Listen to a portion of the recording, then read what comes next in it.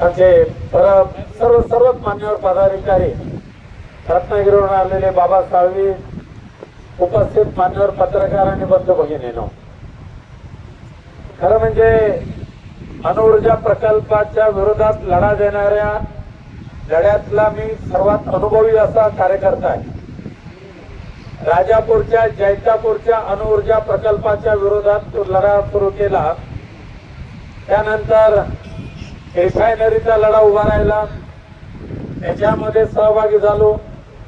जैतापूरच्या अणुऊर्जामध्ये सहभागी झालो आणि आता पुन्हा एकदा देवाभाऊने ह्या कोकणवासियांसाठी त्या नितेश भाऊच्या सांगण्यानुसार हा विषारी प्रकल्प आणायचा जो प्रयत्न केला, त्या या लढ्यामध्ये सुद्धा आम्ही तेवढेच सहभागी होणार आहोत. खरं म्हणजे हा लढा साधा सुद्धा नाही. तुम्ही राजापूरची रिफायनरी बघा, जैतापूरचा अणुऊर्जा प्रकल्प बघा, आता कुंभवडा असेल किंवा आजूबाजूच्या गावामध्ये झालेली यापूर्वीची रिफायनरी बघा, आताचा अणुऊर्जा प्रकल्प बघा. काय मला कळत नाही, सरकारचं डोकं फिरलंय की काय नेमकं जागेवर तरी आहे का? तुम्ही काय बघितलं की आमच्या एका आंब्याच्या झाडाला फक्त 5,000 रुपये द्या, फक्त 5,000 रुपये. एका काजूला फक्त 3,000 रुपये द्या. जास्त काय मागितले नाहीत. 5,000 आणि 3,000 रुपये. सोनं झालंय 1.5 लाख रुपये तोळा, त्याच्यामध्ये 5,000 रुपये म्हणजे काहीच नाही.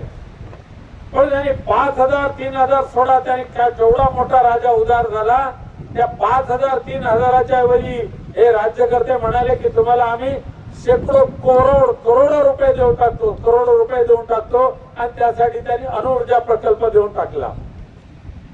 मगाशी डॉक्टर सावंत साहेबांनी सांगितलं तर खरं आहे, अत्यंत अभ्यासूग्रस्त आहेत ते. अणुऊर्जा हा बोलायला जरी छोटा शब्द असला तरी सुद्धा संपूर्ण मानवजात नष्ट करणारा प्रकल्प म्हणजे अणुऊर्जा प्रकल्प. आता हे नारायणराव राणेंना नाही कदाचित समजणार. नितेश राणे मंत्रिपदाच्या घमेंडीत असतात, त्यांना सुद्धा समजून घेण्याची तेवढी त्यांची कुवत नाही. त्यांनी धमकी दिली, ठीक आहे जो विरोध करेल त्याला राणे स्टाईलने आम्ही संपवून टाकू. हे राणे स्टाईल म्हणजे काय श्रीधर नाही, राणे स्टाईल म्हणजे काय मंचेकर? अरे असल्या धमक्या आम्ही रत्नागिरीच्या त्या सगळ्या प्रकल्पाच्या वेळेला अनेक वेळेला ऐकलं आणि घालून ठेवलं खाली. नारायण राणेंच्या आणि नितेश राणेंच्या धमक्या आम्हाला नवीन नाही आहेत. हिंमत असेल तर ह्या राणे स्टाईलचा प्रताप त्यांनी राजू शेट्टी साहेबांवर करावा, विनायक राऊतांवर करावा आणि जानकर साहेबांवर करावा, वैभव नाईकांवर करावा. तुमच्या लाठ्या काठ्या पोलिसांच्या पडतील त्यावेळेला पडतील, पण राणे स्टाईलने धरा. लोकांच्या जीवन मरणाचा लढा जर तुम्ही संपवण्याची भाषा करत असाल तर आम्ही सुद्धा मेलेल्या आईचं दूध प्यालेलं नाहीये बाबानो. आमचं सुद्धा धमनीमध्ये रक्त आहे, आमच्या सुद्धा धमनीमध्ये रक्त आहे. आमची भूमी कशी वाचवायची, आमच्या भूमिपुत्रांना कसं वाचवायचं, त्यांचं रक्षण कसं करायचं. अरे अणुऊर्जा म्हणजे काय, ही पिठाची गिरण वाटली काय किंवा काजू प्रोसेसिंग प्लांट वाटला काय? मगाशी तुम्ही टेक्सटाईल पार्कचा उल्लेख केला. मी खासदार असताना ऍग्रिकल्चर पार्लमेंटरी कमिटीमध्ये होतो, त्यावेळेला मी कोकणामध्ये टेक्सटाईल पार्कची मागणी केली. दुर्दैवाने केंद्रीय मंत्र्यांनी उत्तर दिलं की तुमच्याकडे कापूस कुठे आहे. मी म्हटलं इचलकरंजीला आहे की टेक्सटाईल पार्क, 150 किलोमीटर खाली आलं तर त्याच्यामध्ये काय बिघडलं. बस टेक्सटाईल पार्क द्यायचं नाही, गारमेंट पार्क द्यायचं नाही आहे, सोलर एनर्जी पार्क उभा करा म्हणून सांगितलं, तिथे द्यायचं नाही.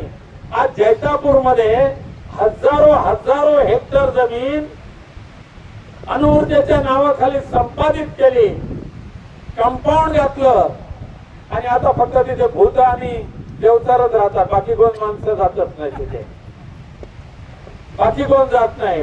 पण जैतापूरच्या अणुऊर्जा प्रकल्पाच्या निमित्ताने ज्या वेळेला लढा उभा होत होता, दुर्दैवाने ह्या पोलिसांनी गोळी घातली आणि आमचा 28 वर्षाचा तबरेज तिथे मृत्युमुखी पडला. त्याच्या बलिदानातून, तबरेजच्या बलिदानातून जैतापूर प्रकल्प जमीन जरी त्यांनी हडप केली तर प्रकल्प आम्ही होऊ दिला नाही आणि म्हणून आंदोलनाची तीव्रता ही अधिकाधिक करावी लागेल. रिफायनरीचा प्रश्न आला राजापूरच्या, त्या रिफायनरीच्या वेळेला सुद्धा खास करून हे जे प्रकल्प येतात बाबांनो, मगाशी तुम्ही सर्वांनी सांगितलेलं आहे, प्रकल्प यायच्या अगोदर दलाल लोक येतात. प्रकल्प उशिरा येतो पण दलालांची सुळसुळाट सर्वप्रथम सुरू होतो. म्हणून ते काल काळोखात त्याचे काय बॅनर वगैरे लावले ना, हे सगळे दलालांचे धंदे आहेत. एक वेळ तो प्रकल्प परवडला, एक वेळ तो प्रकल्पाचा मालक परवडला, परंतु प्रकल्पाची रेटारेटी करणारे दलाल कधी परवडणार नाहीत. पण गावागावामध्ये जे दलाल असतील ना, या दलालांवर प्रथम बहिष्कार टाकण्याची तयारी प्रत्येक गावावाल्यांची असली पाहिजे. हे दलाल फसवतात, मेलेल्या माणसाला जिवंत करतात, खोट्या नाट्या सह्या करतात आणि तुमच्या जमिनी हडप करतात. राजू शेट्टी साहेब, तुम्हाला सांगितलं तर आश्चर्य वाटेल जानकर साहेब, केवळ कोकणातल्या 5 जिल्ह्यातल्या 1300 ग्रामपंचायतीवर यांनी MSRDC बसवलं गेल्या वर्षी. MSRDC तुम्ही कधी ऐकलंय? दोघे जाणते तुम्ही लोकप्रतिनिधी आहेत. या गावखेड्यातल्या ग्रामपंचायतीच्या जागी MSRDCचा कारभार करायचा आणि त्या MSRDCचा प्रमुख नवी मुंबईमध्ये बसवायचा. एकटा त्याच्या विरोधात मी त्यावेळेला आवाज उठवत होतो. एकटा. या MSRDC केवळ कोकणात का आणतात, या मुंग्यामध्ये तुम्ही का आणतात, हिंदळमध्ये का आणतात, हा विषय मी त्यावेळेला उपस्थित केला होता. आता तुम्हाला लक्षात आलं असेल, MSRDC आणली आणि ग्रामपंचायतीचे अधिकार कमी केले की ह्या उपटसुंबांना आपल्या गावामध्ये यायला सोपा मार्ग मिळतो. तुमच्या परवानगीची गरज नाही सरपंच साहेब. त्यांनी जी काय बोरिंग वगैरे करायची होती ना, ती त्या MSRDCच्या अधिकाऱ्यांच्याकडून तत्वता मान्यता घेतली सुद्धा. त्यामुळे ह्या संपूर्ण जवळजवळ 1200 ग्रामपंचायती ह्या नाममात्र ठरलेल्या आहेत. त्यावेळेला सुद्धा लढा उभारला पाहिजे होता. दुर्दैवाने कोणी गांभीर्याने घेतलं नाही. आमच्या थप्पा मारतात आणि आम्ही प्रत्येक प्रकल्पाला विरोध करतो. प्रकल्पाला विरोध करण्याचा ह्यांना काही धंदा नाही. ते नवीन एक पोपटपंची करणारे आता झालेच ना आमदार, जमिनीच्या दलालांचा मोठा बादशाह, त्यांचा तोच धंदा. अरे अणुऊर्जा प्रकल्प आणता म्हणजे नेमकं काय आणता? मगाशी सुद्धा तारापूरचा उल्लेख जो केला डॉक्टर सावंत, मी खरा येतो तारापूर पालघर मध्ये मी प्रत्यक्ष पक्षाचं काम करतो. जाऊन त्या बाजूला घरोघरी बघाल तर तुम्हाला कॅन्सरचे पेशंट दिसतील. घरोघरी प्रत्येक वाडीमध्ये किमान 2 तरी कॅन्सरचे पेशंट या अणुऊर्जा प्रकल्पाच्या आजूबाजूच्या गावामध्ये निर्माण होतात. अणुऊर्जा म्हणजे मानवजात नष्ट करणं तर आहे, परंतु प्राणी जात सुद्धा, जनावर सुद्धा नष्ट करायची. हे विष अणुऊर्जेच्या माध्यमातून तुम्ही कोकणात आणू इच्छिता आणि कोणाच्या भल्यासाठी? ते दिल्लीवाल्यांनी आज संपूर्ण कोकणातली भूमीची हडप केलेली आहे. दोडामार्ग पासून वेंगुर्ला, सावंतवाडी, मालवण, देवगड ते राजापूर ते पालघर पर्यंत हजारो हेक्टर जमीन आज दिल्लीवाल्यांनी हडप केलेली आहे, विकत घेतलेली आहे आपल्या गावातल्या दलालांच्या माध्यमातून. आपल्या पूर्वजांनी तयार ठेवलेली जमीन तुम्ही तपासून घ्या बाबांनो. सरपंच महोदयांना विनंती करेन, तुमच्या गावाच्या सगळ्या रेकॉर्ड तुम्ही तपासून घ्या. आपल्या गोरगरीब जनतेची जमीन या दलालांच्या माध्यमातून कोणाच्या घशात तर घातली गेली नसेल ना, इकडे पाहण्याची आवश्यकता आहे. आज अणुऊर्जा तुम्ही देताना फार मोठं औदार्य केल्यासारखं सांगताय. काय केलंय सिंधुदुर्ग जिल्ह्यासाठी असं विचारतात विनायक राऊत आणि वैभव नाईक यांनी. काय केलं सिंधुदुर्ग जिल्ह्यासाठी? होय आम्ही केलंय. आज सुद्धा आम्ही अभिमानाने सांगू, उद्या सुद्धा सांगू, मरेपर्यंत सांगू. या सिंधुदुर्ग जिल्ह्याकरता 1000 कोटीच्या तरतुदी सहित शासकीय वैद्यकीय महाविद्यालय मुख्यमंत्री उद्धवजी ठाकरेंच्या माध्यमातून दिलं आणि सुदैवाने या वर्षीपासून 100 डॉक्टर दरवर्षी या सिंधुदुर्गाला मिळायला सुरुवात झालेली आहे. 100 डॉक्टर. आज या वर्षी 94 डॉक्टर्स आहेत. पुढच्या वर्षीपासून 100 डॉक्टर दरवर्षी या सिंधुदुर्गाला देणं ही साधी सुधी गोष्ट नाही. त्यासाठी डोक्यात काहीतरी असावं लागतं. फक्त पैशाने मतं घेतली म्हणजे फार काय कमाल बुद्धी आली असं होत नाही आहे. हिंमत असली पाहिजे, लोकांच्या हितासाठी काय असलं पाहिजे हे सांगण्याची हिंमत असली पाहिजे. अरे सरकार या दलालांचं जे आहे त्या दलालांच्या हितासाठी सरकार काम करत असेल तर लोकप्रतिनिधी म्हणून लोकांच्या रक्षणाची भूमिका घेऊन रस्त्यावर उतरण्याची जबाबदारी या लोकप्रतिनिधींची आहे. परंतु दुर्दैवाने सध्याचे सिंधुदुर्ग जिल्ह्यातले हे तिन्ही लोकप्रतिनिधी म्हणजे या धनदांडग्यांचे लाचार बनलेले आहेत आणि म्हणून आमच्या या गावातल्या लोकांचे मुर्दे पाडण्याचं तुम्ही पाप करत असाल तर या पापाचे भागीदार किंवा पापाचे वाटेकरी तुम्हाला आम्ही होऊ देणार नाही. आमच्या जीवात जीव असेपर्यंत हा अणुऊर्जा प्रकल्प या ठिकाणी येऊ देणार नाही म्हणजे नाही. ही काही घोषणा नव्हे तरी प्रतिज्ञा, शपथपूर्वक प्रतिज्ञा आम्ही या ठिकाणी घेतोय.